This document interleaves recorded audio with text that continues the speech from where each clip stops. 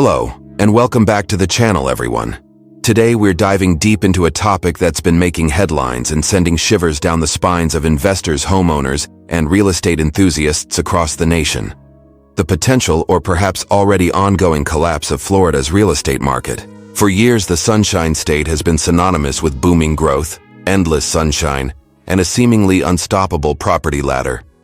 From the vibrant nightlife of Miami to the family-friendly attractions of Orlando and the serene beaches of the Gulf Coast, Florida has consistently drawn in millions, all eager to own a piece of its paradise. The narrative was simple: buy in Florida, and your investment would only ever appreciate. It was a golden goose, a safe haven for capital, and a dream destination for retirees and young professionals alike. The allure was undeniable: low taxes, beautiful weather year-round, and a constant influx of new residents seeking a better quality of life. This sustained demand, coupled with relatively easy access to credit for a significant period, fueled an unprecedented construction boom. Cranes dotted the skylines of major cities. New communities sprang up in what were once undeveloped lands, and property values seemed to defy gravity. Every open house was a spectacle, often resulting in bidding wars, and properties would go under contract within days, sometimes hours, of being listed. The market felt invincible, a perpetual motion machine of growth and prosperity. Real estate agents were reporting record sales, developers were announcing ambitious new projects almost weekly, and the state's economy, to a large extent, became inextricably linked to the health of its housing market. It was a virtuous cycle, or so it seemed. People moved to Florida, they bought homes, they spent money, businesses thrived, and more people moved to Florida. This cycle created a powerful sense of optimism and a belief that the good times would simply never end. Investors from all corners of the globe poured their capital into Florida properties, seeing it as a secure and high-yield investment. Vacation rental markets exploded, driven by platforms like Airbnb, further incentivizing property purchases, especially in tourist-heavy areas. The narrative was so strong, so pervasive, that it became almost an article of faith. To question the Florida real estate market was to question the very laws of economics, or so it felt. But as we've learned time and again, even the most robust markets are subject to the immutable laws of supply and demand, and susceptible to external pressures and internal imbalances. The very factors that propelled Florida's market to such dizzying heights are now, ironically, contributing to its precarious position.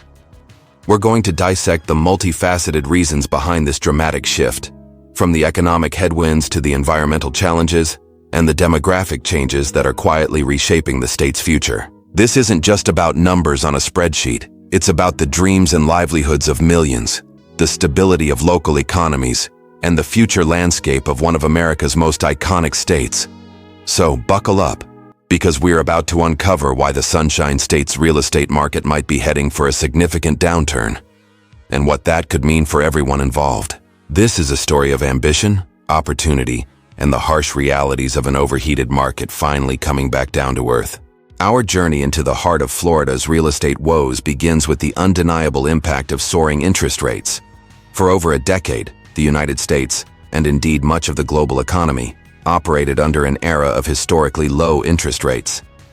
This period, often referred to as quantitative easing, made borrowing incredibly cheap. Mortgages, in particular, became highly affordable, allowing more people to qualify for larger loans and pushing up their purchasing power. This artificially inflated demand, as buyers could afford more house for the same monthly payment, or simply enter the market with less financial strain.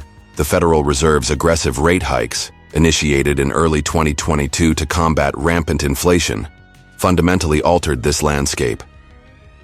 We've seen the federal funds rate climb from near zero to over 5%, a dramatic shift that has translated directly into significantly higher mortgage rates. A 30-year fixed-rate mortgage, which might have been available at 3% or even lower just a few years ago, is now hovering around 7 to 8%, sometimes even higher depending on market conditions and borrower qualifications.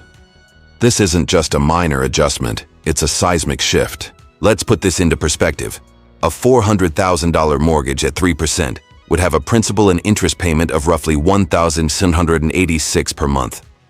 The same $400,000 mortgage at 7.5% jumps to approximately $2,797 per month. That's an increase of over $100 per month, or more than $13,000 per year, for the exact same amount of borrowed money. This dramatic increase in monthly housing costs has had a chilling effect on buyer affordability. Many prospective homeowners, who were pre-approved for loans at lower rates, suddenly found themselves priced out of the market. Their purchasing power diminished significantly overnight. For those still looking to buy, the higher monthly payments mean they either have to settle for a much smaller, less desirable property, or simply postpone their home ownership dreams indefinitely. This reduction in effective demand is a critical factor. When fewer buyers can afford to purchase homes, the velocity of sales slows down. Properties sit on the market longer, and sellers who were once accustomed to receiving multiple offers above asking price are now finding themselves needing to make concessions or even reduce their listing prices to attract interest. The psychological impact is also profound. The fear of missing out, or FOMO, that drove so much of the buying frenzy during the low-rate era has been replaced by a sense of caution and uncertainty. Buyers are now more hesitant, waiting to see if rates will drop or if prices will fall further. This wait-and-see approach further exacerbates the slowdown. Furthermore, the higher rates don't just impact new buyers. They also affect existing homeowners who might have been considering selling and moving. Many homeowners locked in incredibly low rates during the pandemic refinance boom. They are now sitting on mortgages with 2 to 3% interest rates. The prospect of selling their current home and buying a new one at 7 to 8% is a massive disincentive. This golden handcuff effect means fewer existing homes are coming onto the market, which might seem like it would support prices due to lower inventory. However, the lack of buyer demand due to affordability issues is outweighing any potential benefit from constrained supply. The overall transaction volume has plummeted, and while median prices might not show a precipitous drop in all areas yet, the underlying market activity tells a different story. The market is seizing up, becoming less liquid, and this lack of fluidity is a classic precursor to price corrections. The era of cheap money is over, and Florida's real estate market, heavily reliant on that easy credit, is now grappling with the painful hangover. Beyond the macroeconomic forces of interest rates, Florida's real estate market is facing a unique and escalating challenge: the astronomical rise in property insurance costs. This isn't just a minor inconvenience, it's a full-blown crisis that is making homeownership increasingly untenable for many, and significantly impacting the state's attractiveness to new residents and investors. Florida, by its very geography, is highly susceptible to hurricanes and other severe weather events. As climate change intensifies, these events are becoming more frequent, more powerful, and more destructive. The past few years have seen a relentless barrage of named storms, each leaving a trail of billions of dollars in damage. Insurers, as businesses, operate on risk assessment. When the risk of catastrophic loss increases dramatically, so too do the premiums they charge to cover that risk. What we're witnessing in Florida is a mass exodus of insurance companies from the state, or a drastic reduction in their coverage offerings. Many national insurers have either pulled out entirely or are refusing to write new policies, especially in high-risk coastal areas. The remaining insurers are facing immense pressure, leading them to hike premiums at unprecedented rates. Homeowners are reporting annual premium increases of 50%, 100%, or even 200% year over year. A policy that once cost $2,000 annually might now be $6,000 or $8,000, or even higher for older homes or those in vulnerable locations. For many, this additional cost is simply unsustainable. Imagine a homeowner who bought their property with a manageable mortgage payment, only to see their total monthly housing expense skyrocket due to insurance. This can push them into financial distress, making it difficult to pay their mortgage, property taxes, and now, exorbitant insurance premiums. The state-backed insurer of last resort, Citizens Property Insurance Corporation, has seen its policy count explode. Designed to be a backstop for those who can't find private coverage, Citizens is now the largest insurer in Florida, holding over 1.3 million policies. While it offers more affordable rates, it's not a long-term solution. Its growth signifies a critical failure in the private market, and if a major hurricane were to hit, Citizens could face massive deficits, potentially leading to assessments on all Florida policyholders, regardless of whether they are insured by Citizens or not. This insurance crisis has several ripple effects on the real estate market. Firstly, it directly impacts affordability. A higher insurance premium means a higher total monthly housing cost, reducing the pool of eligible buyers and making it harder for existing homeowners to stay put. Secondly, it complicates transactions. Lenders require homes to be insured. If a buyer cannot secure adequate and affordable insurance, the sale cannot close. This is leading to deals falling through, especially for older homes or those with specific structural vulnerabilities that insurers are now scrutinizing more closely. Thirdly, it's impacting property values. A home with an $8,000 annual insurance premium is inherently less valuable to a prospective buyer than an identical home with a $2,000 premium, assuming all other factors are equal. Buyers are now factoring in these long-term escalating costs into their offers, leading to downward pressure on prices. Furthermore, the crisis is not just about hurricanes. Florida also faces challenges with rising sea levels, increased flooding, and the ongoing issue of litigation abuse, where contractors and lawyers exploit loopholes to file excessive claims, further driving up costs for insurers. While the state legislature has attempted reforms, the problem persists, and the market continues to contract. The insurance crisis is a foundational crack in Florida's real estate foundation, making the dream of homeownership increasingly elusive and the reality of property ownership a financial tightrope walk for many. It's a clear signal that the true cost of living in paradise is rapidly escalating, and that cost is now being directly reflected in the state of its housing market. The narrative of Florida's real estate boom was heavily predicated on an almost ceaseless influx of new residents. For decades, people flocked to the Sunshine State, drawn by its promise of lower taxes, warmer weather, and a generally perceived higher quality of life. This demographic tailwind provided a constant stream of demand, absorbing new construction and driving up property values. However, there are growing signs that this migration pattern is beginning to shift, or at least slow down significantly, and this demographic deceleration is another critical factor contributing to the market's current fragility. Several elements are at play here. Firstly, the very advantages that once drew people to Florida are being eroded. While the state still boasts no state income tax, the escalating costs of living, particularly housing and insurance, are beginning to offset this benefit. As we discussed, a $400,000 home with a $7,000 annual insurance premium and a 7.5% mortgage rate is a far more expensive proposition than it was just a few years ago. For many, the financial calculus of moving to Florida is no longer as compelling. The perceived affordability has vanished for a significant segment of the population.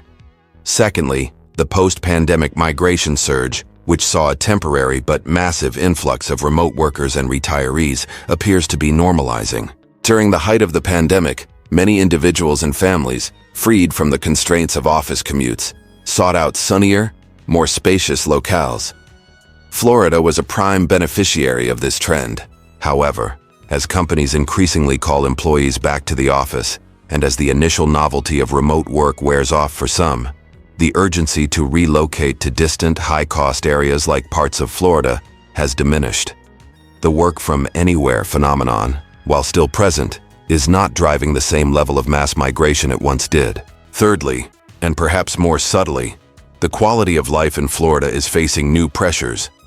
Rapid population growth, while economically beneficial in some ways, also brings challenges. Increased traffic congestion, strain on infrastructure, crowded beaches and public spaces, and rising crime rates in some areas are all factors that can detract from the idyllic image of Florida living. For those seeking a peaceful retirement or a family-friendly environment, these growing pains can make other states, perhaps with a slightly cooler climate but lower costs and less congestion, seem more appealing. Furthermore, the political and social climate of Florida, which has become increasingly polarized, may also be playing a role for some potential movers. While this is a more subjective factor, it's undeniable that the state's policies and cultural landscape are not universally appealing, and for some, this could be a deterrent. Finally, the sheer saturation of the market in certain areas cannot be overlooked. Years of aggressive development, particularly in South Florida and the Orlando corridor, have led to an abundance of new housing units. While this was initially absorbed by the influx of new residents, if that influx slows, the market could quickly become oversupplied. Developers, who started projects based on projections of continued rapid growth, might find themselves with a surplus of unsold inventory if demand wanes. This demographic shift, or at least a significant slowdown in the pace of net migration, means that one of the fundamental pillars supporting Florida's real estate market is weakening. Without a constant stream of new buyers, the market loses its primary engine of demand, making it far more susceptible to price corrections and a general cooling. The golden age of seemingly endless growth, fueled by an ever-expanding population, may be drawing to a close, forcing the market to adjust to a new, more constrained reality. The specter of oversupply, particularly in specific segments and regions, looms large over Florida's real estate market, acting as another significant catalyst for its potential downturn. For years, the mantra in Florida was, "Build it and they will come." Developers, fueled by low interest rates, robust demand, and a seemingly insatiable appetite for new homes, embarked on an aggressive construction spree. From sprawling master-planned communities in the suburbs to luxury high-rise condominiums along the coastlines, new inventory seemed to appear almost overnight. While this construction was initially absorbed by the massive influx of new residents and investors, the pace of building has, in many areas, outstripped the sustainable rate of demand, especially as other market forces begin to wane. Let's break this down. Firstly, the luxury condominium market, particularly in South Florida, is showing clear signs of distress. During the pandemic, many wealthy individuals sought refuge and investment opportunities in Miami, Fort Lauderdale, and Palm Beach. Developers responded by launching a plethora of ultra-luxury projects, often with price tags in the multi-millions. However, as global economic uncertainties grow, and as the initial rush subsides, many of these units are sitting empty or struggling to find buyers. The sheer volume of high-end inventory, coupled with a more cautious buyer pool, is leading to price reductions and longer listing times. This isn't just about individual units. It's about entire buildings struggling to reach occupancy targets, which can have ripple effects on property management and future development plans. Secondly, the single-family home market, while perhaps not as overtly oversupplied as luxury condos, is also facing challenges in specific growth corridors. Areas that saw massive development on the outskirts of major cities, where land was cheaper and regulations perhaps less stringent, are now seeing an accumulation of inventory. Builders who purchased land and began construction when demand was at its peak are now finding it harder to sell their completed homes. They are often forced to offer incentives, such as price cuts, mortgage rate buydowns, or upgrades, to move inventory. This directly impacts their profit margins and can signal a broader softening of the market. Thirdly, the rental market, particularly for short-term vacation rentals, is also experiencing a significant correction. The boom in platforms like Airbnb and VRBO incentivized countless investors to purchase properties in Florida, converting them into short-term rentals. This added a substantial amount of shadow inventory to the housing market. However, with increased competition, stricter local regulations in some areas, and a potential slowdown in tourism due to economic pressures, many of these rental properties are no longer generating the expected returns. Owners are finding it harder to book their units, leading to lower occupancy rates and reduced income. This financial strain can force some investors to sell their properties, further adding to the supply of homes on the market, potentially at discounted prices. The combination of these factors creates a classic oversupply scenario. When there are more homes available than there are willing and able buyers, prices inevitably come under pressure. Sellers are forced to compete more aggressively, leading to a buyer's market where negotiations become more common and price reductions are a frequent occurrence. This shift from a seller's market to a buyer's market is a critical indicator of a downturn. Developers, who are often the first to feel the pinch of oversupply, may scale back future projects, lay off construction workers, and even face financial distress if they cannot offload their existing inventory. This ripple effect can impact the broader economy, affecting jobs and local tax revenues. The era of seemingly endless demand absorbing any amount of new construction appears to be over. and Florida's real estate market is now grappling with the consequences of its own ambitious expansion. Beyond the economic and demographic shifts, Florida's real estate market is increasingly vulnerable to a set of profound environmental challenges, which are not only impacting property values, but also fundamentally reshaping the long-term viability of certain areas. The Sunshine State, while beautiful, is on the front lines of climate change, and the consequences are becoming impossible to ignore. Firstly, and most immediately impactful, is the escalating threat of hurricanes and severe weather events. We touched on this with insurance, but it goes deeper.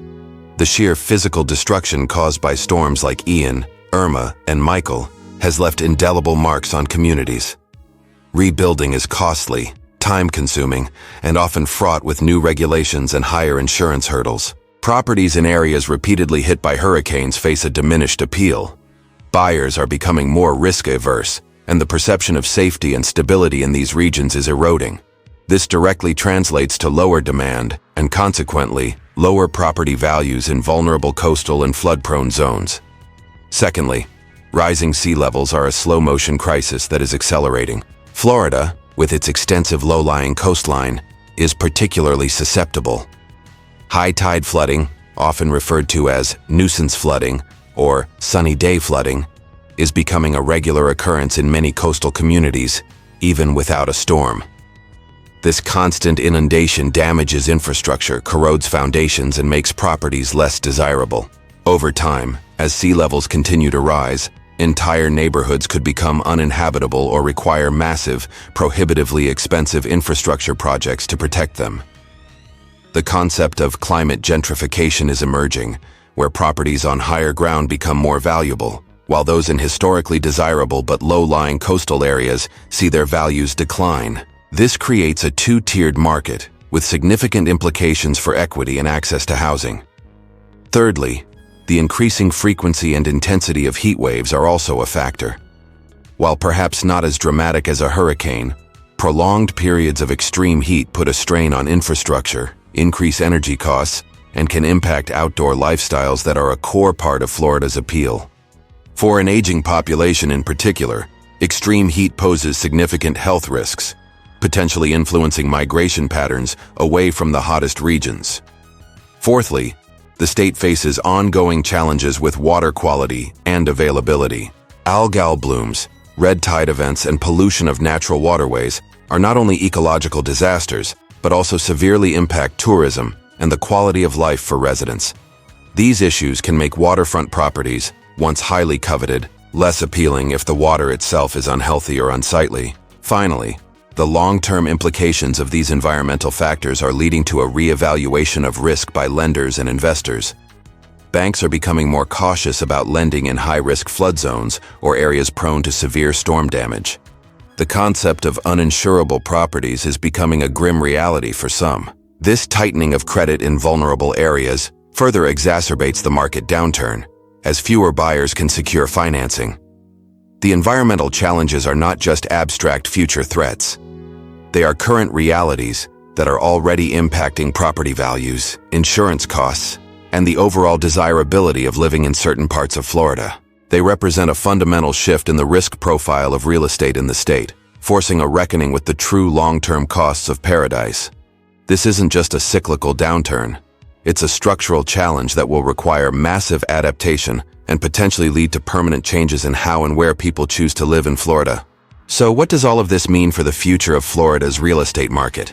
We've dissected the multifaceted pressures: soaring interest rates, choking affordability, an escalating insurance crisis making homeownership a financial tightrope, a potential slowdown in demographic migration, the specter of oversupply in key segments, and the undeniable intensifying environmental challenges.